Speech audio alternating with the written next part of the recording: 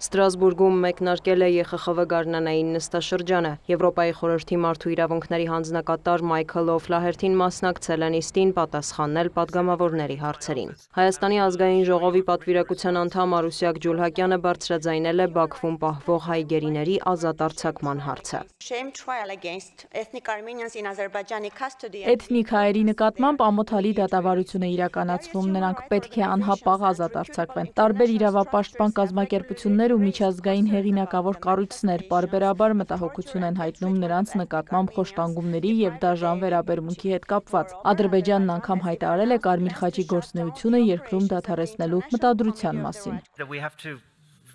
Պետք է լրջորեն հոգ տանենք տարածաշրջանում մարդու իրավունքների մասին։ Նաև հարկավոր է երաշխավորել, որ նրանք, ովքեր ցանկանում են վերադառնալ Ղարաբաղ, նման հնարավորություն ունենան։ Սա վճռորոշ կլինի երկարաժամկետ հեռանկարում։ Հանձնակատարը ողջունել է այն փաստը, որ Հայաստանն ընդունել է Լեռնային Ղարաբաղից բռնի տեղահանված հայերին։ Մայքլ Օֆլահերթին կրկնել է կօգտագործի իր մանդատը եւ ամբողջ գործիքակազմը պաշտպանելու մարդկանց իրավունքներն ամբողջ աշխարհում, այդ թվում Հարավային Կովկասում։ ԵԽԽՎ-ում Հայաստանի ԱԺ պատվիրակության անդամ Արմեն Գևորգյանն էլ ԵԽ հանձնակատարից հետաքրքրվել է, ինչ քայլեր են պատրաստ ձեռնարկել Ադրբեջանի կողմից մարդու իրավունքների խախտման դեպքերը գնահատելու եւ ապագայում դրանք կանխելու, Բաքվում հայ գերիների նկատմամբ արդար վերաբերմունքն ապահովելու համար։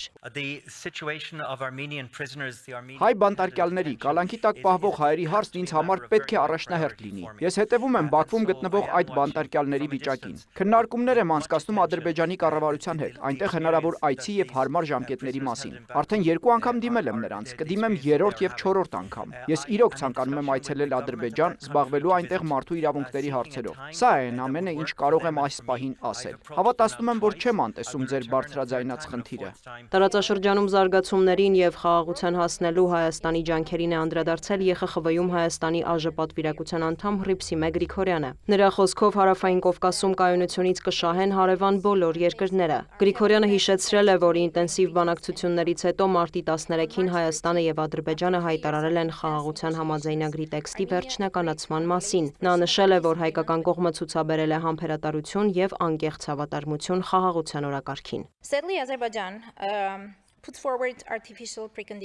Ցավոք Բաքուն միակողմանիորեն արհեստական նախապայմաններ է առաջ քաշում, ավելին Ադրբեջանն ապատեղեկատվական արշավ է իրականացնում սահմանի երկայնքով հրադադարի ենթադրյալ խախտումների վերաբերյալ։ Հարգելի գործընկերներ, Հայաստանը որևէ մտադրություն չունի գնալ էսկալացիայի ճանապարհով։ Հակառակը, մենք վստահության մթնոլորտ կառուցելու մի շարք տարբերակներ ենք առաջարկել, այդ թվում հրադադարի խախտումները հետաքննելու, սահմանային շրջաններից զորքերը հայելային հետ քաշելու, սպառազինությունները փոխադարձաբար վերահսկելու միասնական մեխանիզմի ձևաչափով։ Հռիփսիմե Գրիգորյանը մտահոգություն է հայտնել, որ Բաքուն որևէ դրական արձագանք չի տվել Երևանի առաջարկներին։ Դա հարցեր է առաջացնում, արդյոք Ադրբեջանն իսկապես խաղաղություն է ցանկանում, հավելել է պատգամավորը։ Մեր տեսլականը հետևյալն է՝ քայլ առ քայլ վստահություն կառուցել, հասնել երաշխիքների, վերջնականապես բացառելու հակամարտությունները։ Մյուս քայլը տարածաշրջանային հաղորդակցությունների ապաշրջափակումն է, մասնավորապես Ադրբեջանի կողմից Հայաստանի շրջափակման վերացումը, ինչը կհեշտացնի Հայաստան-Թուրքիա սահմանի ապաշրջափակումը։ Դիմելով ԵԽԽՎ նիստի մասնակիցներին Գրիգորյանը կոչ է արել քայլեր ձեռնարկել եւ ստիպել Ադրբեջանին ստորագրել խաղաղության համաձայնագիրը։ Նա եզրափակել է տարածաշրջանի ժողովուրդներն արժանի են երկար սպասված խաղաղության։ Դիանա Գասպարյան, լուրեր։